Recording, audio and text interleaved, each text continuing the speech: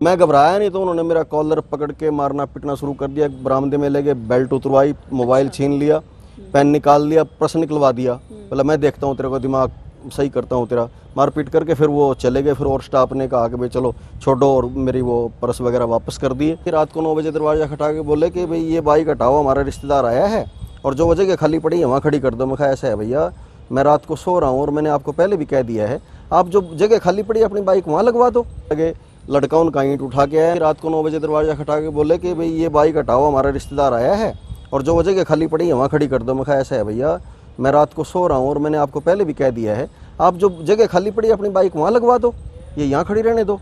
इस बात पे मेरे को गाड़ी गलौच पे उतर आए, मारने पीटने लगे। नमस्कार, मैं हूं महक शर्मा और इस वक्त आप लाइव तस्वीरें देख रहे हैं हरियाणा के करनाल से, जहां पर इस वक्त मेरे साथ एक व्यक्ति मौजूद है। एक बार मैं पहले आपको वो व्यक्ति दिखाना चाहूंगी जिनको केवल 2 महीने हुए हैं करनाल के सेक्टर 4 में एक किराए पर मकान लिए हुए। ये अपने घर से थोड़े समय के लिए अलग रहने के लिए आए थे। किराए पर इन्होंने मकान लिया था, लेकिन जो इनके मकान मालिक हैं वो इनको अब परेशान कर रहे थे। और अगर इस दुनिया में जब कोई आपको परेशान करता है तो सबसे पहले जो आपको सहारा याद आता है वो आपको पुलिस का सहारा याद आता है। भगवान के बाद आप पुलिस को याद करते हैं, लेकिन अगर आप पुलिस स्टेशन जाते हैं और आपके ऊपर ही पुलिस वाले दबाव बनाने लगे या फिर आपके साथ मारपीट करें तो आप खुद अंदाजा लगा सकते हैं कि आपके ऊपर उस वक्त क्या बनेगी, क्योंकि उस वक्त आपका साथ कोई भी नहीं देगा। एक बार पूरा का पूरा मामला क्या है वो हम मदन जी से ही जानेंगे। क्या कुछ पूरा मामला है सर? कहाँ से आप हैं?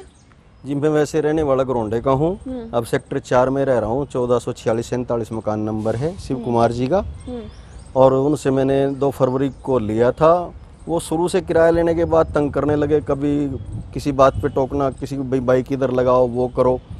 और एक्स्ट्रा जगह भी उन्होंने जो सड़क की है वो कवर की हुई है, उसमें गेट लगाए। मैं किसी टाइम गेट का ताला लगा देते हैं, छोटे गेट से आओ बड़े से आओ, मतलब इंस्ट्रक्शनें उनकी इतनी है बहुत ज़्यादा। तो मैंने उनसे पूछ लिया भाई आप मेरे को क्यों परेशान कर रहे हैं, अगर आपने किराए पे नहीं देना तो मैं छोड़ देता हूँ। तो उन्होंने कहा कोई बात नहीं गोयल साहब, आप जिस तरह मर्जी रहो, आगे आपको दिक्कत नहीं आएगी।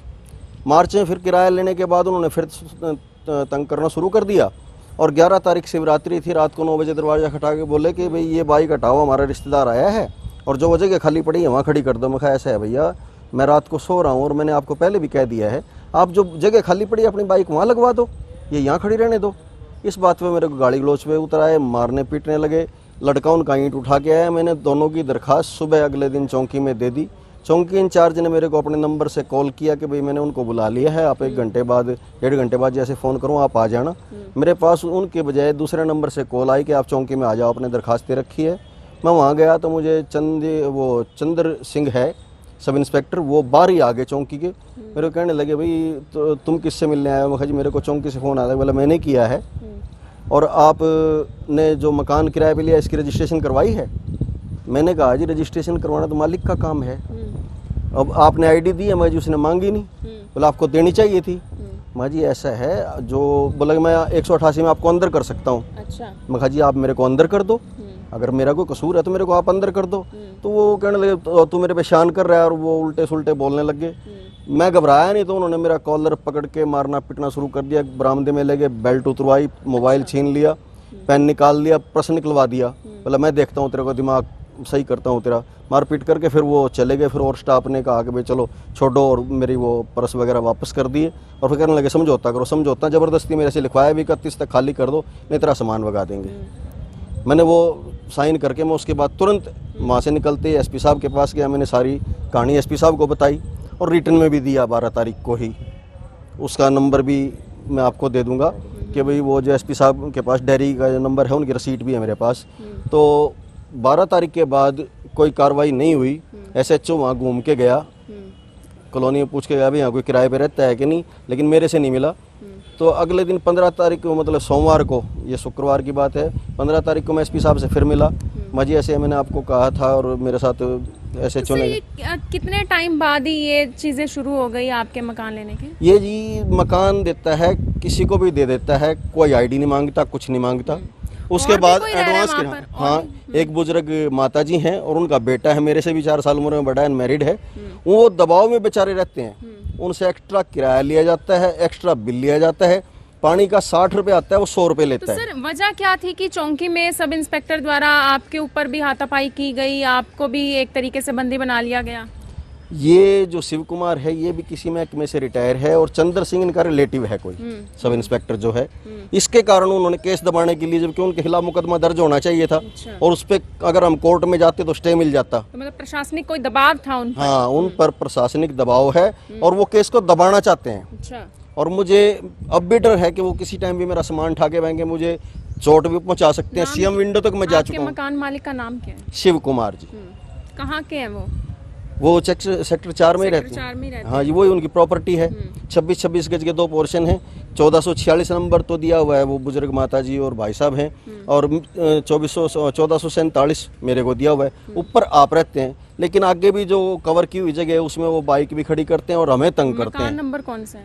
1446 और 47 मकान नंबर हैं तो ये। बाकी जो किराएदार है वो भी तंग है अभी? वो तंग है, उनसे एक्स्ट्रा बिजली का बिल दिया। लॉकडाउन में वो थे नहीं, उनका फिर भी 400 रुपये यूनिट चल गया। वो बोलते तो हैं लेकिन सामने नहीं बोलते, क्यों? पता है वो सामान भगा देगा।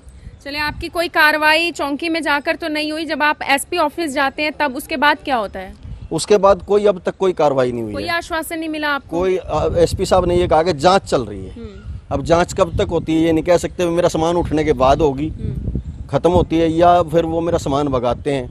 मतलब मेरे को खाली करने का अल्टीमेटम दे दिया, जबकि मैंने तो शुरुआत अभी की है। जब किसी ने मकान दिया है तो साल 6 महीने कुछ दिन तो रहेगा। एकदम रोज सामान उठा के कौन मकान दे देगा आपका किसी को? पूरा नाम क्या है सर? मदन लाल गोयल। मदन लाल गोयल जी। तो एसपी ऑफिस जाने के बाद भी आप आगे कहीं जाते हैं? एसपी ऑफिस जाने के बाद मैंने फिर आईजी मैडम को भी एप्लीकेशन दी है उनके ऑफिस में, उनसे मिला नहीं हूँ पर्सनली में, और सीएम विंडो भी लगा दी है। अच्छा। उसके बाद चौकी करनाल सेक्टर 4 से मेरे को फ़ोन आया था लक्ष्मण सिंह एसआई का, भाई आप अपने बयान लिखवा दो। मैंने उनको जवाब दे दिया कि भाई मैं पहले आया था, मेरे साथ आपके नंबर से कॉल आई थी और चंद्र सिंह जी ने मेरे साथ ये किया था। अब चौकी में आने से मेरे को लगता है डर, भाई कल को आप भी मेरे साथ फिर मारपीट करोगे और अपनी मर्जी से बयान लिखवाओगे। मैं आपको बयान भेज रहा हूँ और मैंने रजिस्टर्ड पोस्ट से उनको बयान भेज दिया था।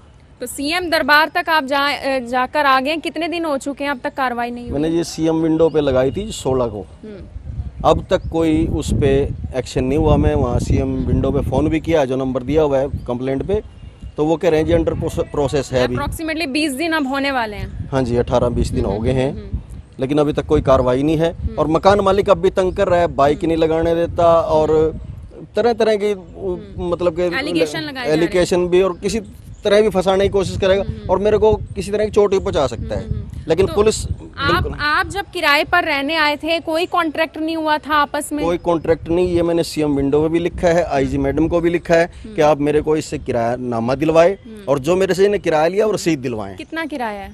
किराया जी वो 23 रुपये बोला था, 100 रुपये पानी के लेता है, बिजली का अलग है, वो मीटर लगा हुआ है सब मीटर। तो आपका ग्राउंड फ्लोर पर है, ऊपर है, या कहाँ है मकान? ग्राउंड फ्लोर पे। ग्राउंड फ्लोर पर है जी, मकान मालिक ऊपर रहता है। तो 2300 में आपको मिला क्या क्या हुआ है?